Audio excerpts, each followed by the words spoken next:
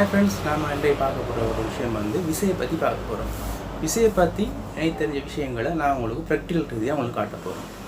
அப்போ நீங்கள் ஒரு ப்ராக்டிக்கல் ரீதியாக அதையும் பார்க்கக்கூட உங்களோட மனசில் பதியும். நீங்கள் ஒரு படம் கொண்டு பார்த்தா அது அடுத்த கட்ட என்ன நடக்கும்னு உங்களுக்கு விளங்குந்தா நிறையா எவ்வளோ காலம் போடலாம் கொஞ்சம் ஞாபகம். அதே மாதிரி எனக்கு ஏழுமான சில ப்ராக்டிக்கலை நான் விசை மூலம் நான் உங்களுக்கு காட்டி அதை நான் சொல்லித்தரேன். விசையை பற்றி சில பேசிக்கான விஷயங்களை நீங்கள் அதன் மூலம் பயனை அணைச்சிக்கொள்வோம். இப்போ நம்ம வீடியோ இப்போ விசைன்ற என்ன, ஒரு பொருளை தள்ளுறதுக்கு தூக்குறதுக்கு இழுக்கிறதுக்கு பயன்படுறது தான் பொதுவாக விசை என்று சொல்கிறோம். அது ஒரு ஷோர்ட்டாக அவங்க விளங்குற மாதிரி சொல்லிருக்கு. இப்போ இந்த விசையை அளக்கிற நியூட்டன். நான் இப்போ விசையை அளக்கிறதுக்கு நம்ம பயன்படுத்தப்படுற இது விக்டராசி என்று சொல்லுவோம். இப்போ இதை நம்ம என்ன சொல்கிறோம்னா இங்கிலீஷில் நியூட்டன் ஸ்ப்ரிங் பேலன்ஸ்ன்னு சொல்லுவோம். இப்போ இந்த கேஸ் சிலிண்டர் தூக்குறதுக்கு எவ்வளோ விசையை நான் பயன்படுத்தணும்ன்றது இதன் மூலமாக நம்ம அப்போ பார்ப்போம்.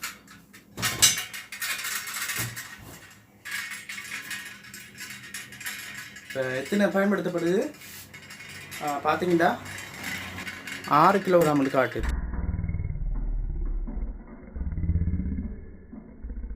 அப்போ 1 கிலோகிராம் 10 நியூட்டன். இப்போ 6 கிலோகிராம்ண்டா 6 10 பெருக்கணும். அப்போ 60 நியூட்டன் வரும். அப்போ இந்த கேஸ் சிலிண்டர் நான் தூக்குறதுக்கு தேவையான விசை 60 நியூட்டன். இப்போ இதே கேஸ் சிலிண்டரை குறைவான விசையை கொடுத்தா தூக்கல் மாடு ஆகும். பாருங்க, நான் 2 கிலோகிராம் அதாவது 20 நியூட்டன் விசையை கொடுக்க தூக்க இயலாது. அப்போ ஒரு குறிப்பிட்ட அப்போ இதுலேருந்து என்ன விளங்குது, நீங்கள் ஒரு கேஸ் சிலிண்டர் இந்த தூக்கணும்னா 60 நியூட்டன் விசையை கொடுக்கணும். அப்போ தான் தூக்க இயலும். அதை விட குறைவான 20 நியூட்டன் கொடுக்கக்குள்ள அது தூக்க இயலாத மாதிரி வருது. அப்போ குறிப்பிட்ட வேலையை செய்கிறதுக்கு குறிப்பிட்ட விசையை கொடுத்தா தான் நான் செய்ய இயலும். அதை விட குறைவான விசையை கொடுத்தா செய்ய இயலாதுன்ற ஒரு முடிவுக்கு நம்ம வரையணும். விசையிட இயல்புகளை பற்றி நான் இந்த மரக்குட்டியோட தொங்க ஒட்டியும் இதை வச்சு நான் உங்களுக்கு சொல்லித்தரப்போம்.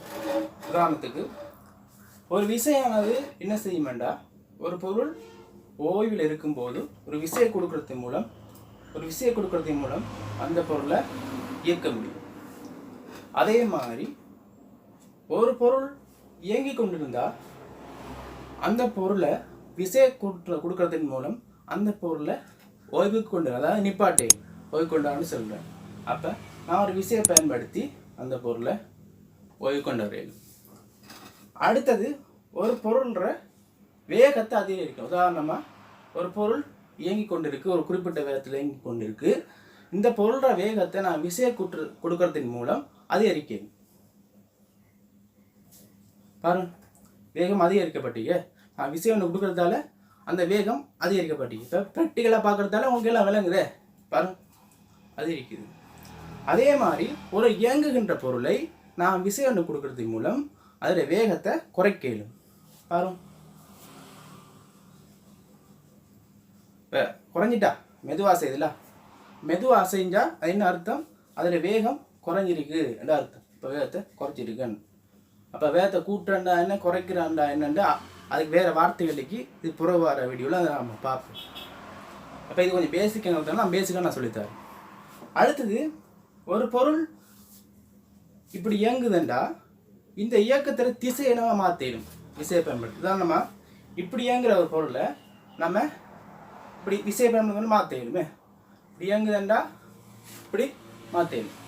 அப்போ இப்படி நோக்கி வர பொருள் இங்கால போகுது. அது காரணம் என்ன, நான் பயன்படுத்தி இந்த விசை. இப்போ விசையை பயன்படுத்தினதுனால இந்த பொருளை இயங்குகிற திசையானது இங்கே பக்கம் மாறிச்சு. அடுத்தது என்ன செய்யணும், ஒரு பொருளை சுழற்சிக்கு ஏற்படுத்தணும். சுழற்சி என்னன்னு, ஒரு பொருள் இப்படி இருக்கண்டா இதை சுழற்சி அடையணும். சுழலுத இது சுழற்சி, சுற்றுதல் இது சுழல்றது. பூமி தன்னைத்தானே சுழலுத, சுற்றுதல். அப்போ ஒரு சுழற்சிக்கு ஏற்படுத்தணும் விசையை பயன்படுத்தி. அதே மாதிரி ஒரு பொருள் என்ன செய்யணும், சுற்றிக்கு ஏற்படுத்தி. உதாரணமாக அந்த பொருளை இப்படி விசையை பயன்படுத்தும் மூலம் நான் சுற்றேனும். அப்போ விசையோட இயல்புகள் தான் இது. இன்னும் இயல்புகள் இருக்குது. இந்த பொருளை நான் சுற்றினேன். விசையினால் என்ன செய்யணும், இது ஒரு கம்பி ஏரியா, இது வட்ட வடிவத்தில் ஒரு கம்பி. அப்போ நான் என்ன செய்யணும், இதை நான் வளைச்சி பாருங்க,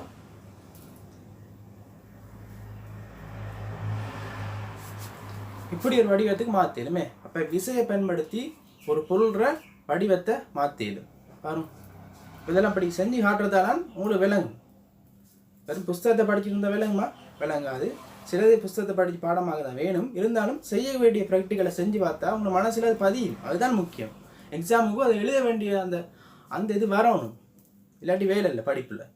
அப்போ பாருங்கள், விசையினால் ஒரு பொருள்ற வடிவத்தை நான் மாற்றுறேன். விசைக்கு இன்னொன்று விசை எந்த திசையில் பாய்க்கிறேன்னு ஒன்று விசைக்குள்ளே எந்த திசைன்னு ஒன்று விசைக்கு திசை எரி. இப்போ இப்படி பாய்ச்சுட்டா கீழிருந்து மேல் நோக்கி பாய்ச்சல் திசை ஒன்று வருது. இப்படி விசை ஒன்று பாய்ச்சுட்டா மேலேருந்து கீழ் நோக்கின்ற திசை ஒன்று வருது. அப்போ விசை ஒரு திசை கொண்ட ஒரு விஷயம் என்ற நம்ம இருக்கணும். விசையினால் ஒரு வேலை செய்யப்படுது. இப்போ சும்மா இருக்கிறது அசையுது, ஒரு வேலை நடக்குது. அப்போ இந்த வேலைண்டா என்ன, இந்த வேலைக்கான சமன்பாடுகள் என்ன பா. வேலைண்டா ஒர்க் சரியா? ஒர்க் வேலை சமன் ஃபோர்ஸ் விசை விசையா தர டிஸ்டன்ஸ் எவ்வளோ தூரம். அதாவது ஒரு பொருள் அப்படிங்கிற பொருள் இப்படி விசைக்குள்ள அசையுது. அது எவ்வளோ தூரம் அசையுது. அடுத்த இந்த பொருள் இவ்வளோ தூரம் அசைஞ்சி பாருங்க. விசையை கொடுக்குறது எவ்வளோ தூரம் அசைஞ்சி. அப்போ எவ்வளோ தூரம் அசைஞ்சிக்கிட்டு பார்ப்பேன். அதை இந்த கொடுத்த விசையால் நான் பெருக்கினண்டா வேலை வரும். எவ்வளோ வேலை செஞ்சிக்கி இந்த விசையால் என்றது வரும். உதாரணத்துக்கு அப்போ விசையின் அலகு நியூட்டன், தூரத்தின் அலகு மீட்டரில் வரும். அப்போ ரெண்டும் பருக்கப்படக்குள்ள விசையிட அலகு வேலையிட அலகு வந்து இதில் வரும், நியூட்டன் மீட்டர் என்ற அலகில் வரும். அப்போ உதாரணத்துக்கு நான் என்ன செய்கிறேன், 1 நியூட்டன் விசையை கொடுத்து 2 மீட்டர் தூரத்துக்கு ஒரு பொருளை அசைக்க. அப்போ நான் கொடுத்த விசை வந்து 1 நியூட்டன் பெருக்க வேண்டும். தூரம் எவ்வளோ, 2 மீட்டர் தூரம் நான் அசைக்கேன். அப்போ 2 மீட்டர். ஆகவே நான் செஞ்ச வேலை 2 நியூட்டன் மீட்டர் ரெண்டு வரும். இந்த நியூட்டன் மீட்டரை நம்ம என்ன சொல்லலாம், ஒரு ஜூலுக்கு சொல்லலாம். அப்போ நான் எத்தனை ஜூல் செஞ்சிருக்கேன், இதுக்கு 2 ஜூல் வேலை செஞ்சிருக்கேன் சொல்லலாம். இப்போ இன்னும் விசையை பற்றி நிறைய விஷயங்கள் இருக்குது, ஓலவெழுக்கெல்லாம் இருக்குது. இது அதை பற்றியான விஷயங்கள் இன்னும் நான் நிறைய சொல்லித்தருவேன். பிறகு வார வீடியோக்குள்ள நான் போடுவேன். இப்போ இதோட நம்ம வீடியோ முடியுது. பேசிக்கான விசையை பற்றின விஷயங்கள் நம்ம இப்போ பார்த்தோம் ப்ராக்டிக்கல் ரீதியாக. இப்போ இதை நம்ம அப்படியே மனசில் பதிச்சு வச்சுட்டு அதை எக்ஸாமுக்கு கொண்டு போய் எழுதுவோம், மறக்கப்படாது. அதுக்கு தான் நான் ப்ராக்டிக்கல் செஞ்சேன். புக்கில் பாடமாகிட்டு போனால் மறந்துடும். பார்க்கக்குள்ள அந்த விஷயம் வந்து நம்மளோட மூளைக்கு பதிவுங்கிறதுக்காக நான் ப்ராக்டிக்கலில் உங்களுக்கு காட்டினேன். இந்த வீடியோ பிடிச்சிருந்தால் லைக் பண்ணுங்கள், ஷேர் பண்ணுங்கள், சப்ஸ்கிரைப் பண்ணுங்கள். உங்களோட ஃப்ரெண்ட்ஸ் மற்ற ஸ்டூடெண்ட்ஸ் இருந்தால் அவங்களுக்கு ஒரு ஹெல்ப்ஃபுல்லாக ஆகிக்கிறதுக்கு இந்த வீடியோவை ஷேர் பண்ணுங்கள். வேறு ஒரு வீடியோவில் நான் உங்களை அடுத்து மீட் பண்ணுறேன்.